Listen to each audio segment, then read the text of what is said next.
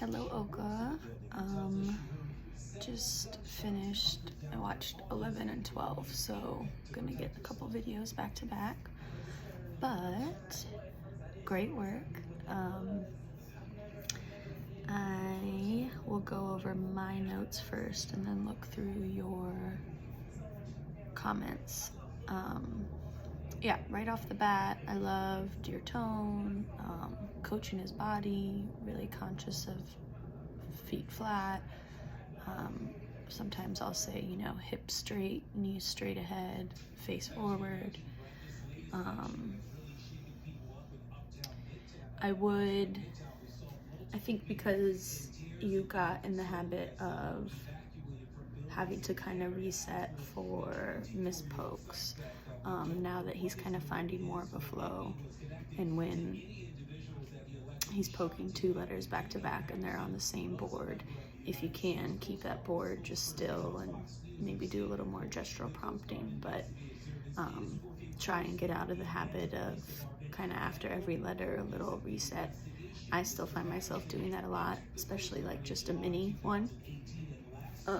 But to get you guys to that next step, just see how you can do with more either directional or gestural or eye prompts.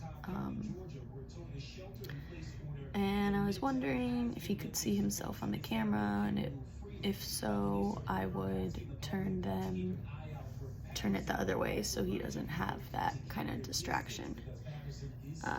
But sometimes, that backfires, and that just means that their impulsive bodies will get up to go see the other side. So feel it out. Good job telling him to get his eyes on the board. If he's kind of having a hard time slowing his body down, I would try and get up and do some movement, which I saw you did a little kind of hand hitting thing in the next video, which was great. I think he's at the age where more of these issues would come up, but it seems like he was having some personal stuff going on with his private parts, so that's always kind of a hard one to coach out of. But you were doing good, just hands on your lap or hands down, or put a fidget in one of the hands while he's poking with the other hand.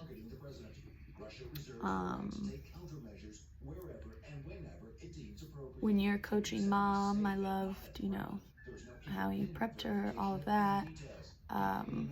Sometimes those first couple coaching sessions, I offer if they want me to read the paragraphs for them, and just kind of, most of the time they're observing plenty of lessons, but once they finally sit in that spelling chair, all their nerves take over and they kind of forget everything they've observed. So that's when I would say, hey, I can read them for you. You can see how I, pick and choose appropriate keywords and have a nice flow, and then maybe after a couple chunks, we can see how you feel if you're comfortable reading it out loud.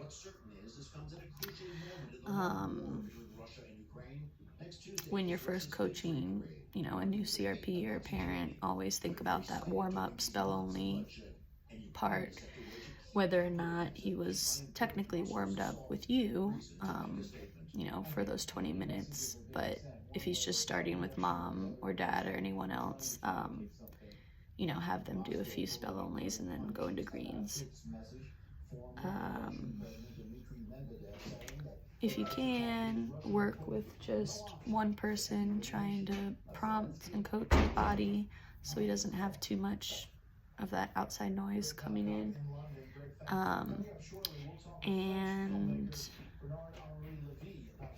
what else?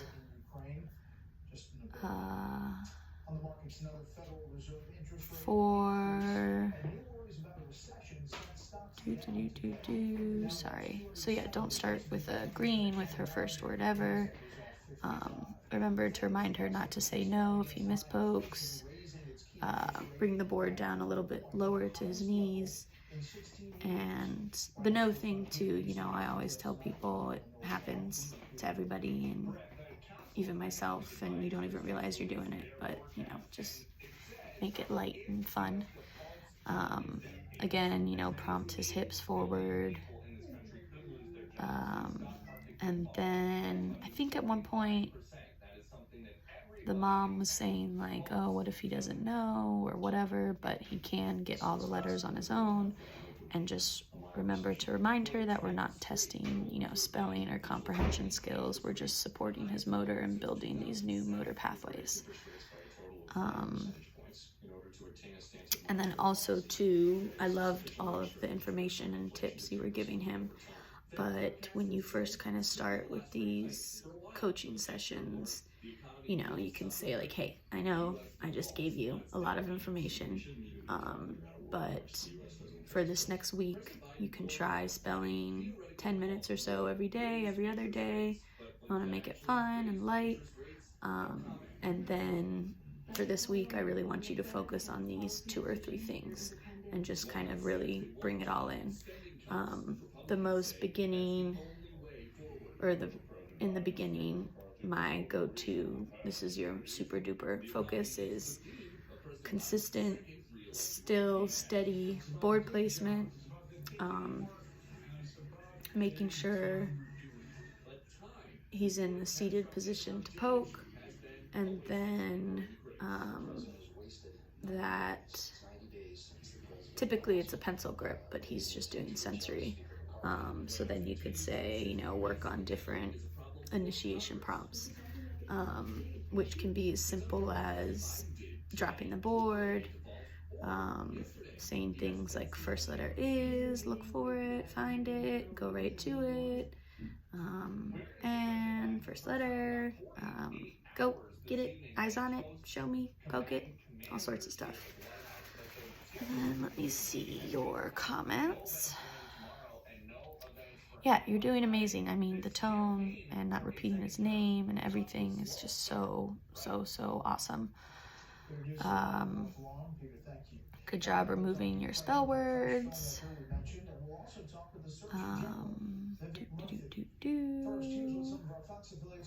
Yeah, you're really increasing accuracy. You know, I would maybe even try a couple spell words without the covers and see how that goes. But just know that because you're taking away the covers and you're introducing more motor, you're going to have to go back to that beginning, very prompt heavy dependent, and really use that gestural or those directional eyes, all the above.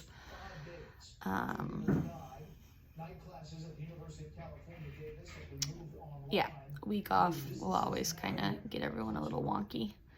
And he could have been more, you know, dysregulated, just excited and pumped about spelling with mom.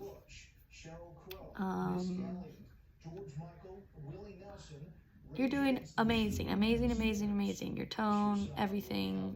I really barely notice any of the repeating, and it really isn't that big of a deal, you know? Like, I don't want that for that to be in the back of your mind always, but you're very self-aware of it now, and yeah.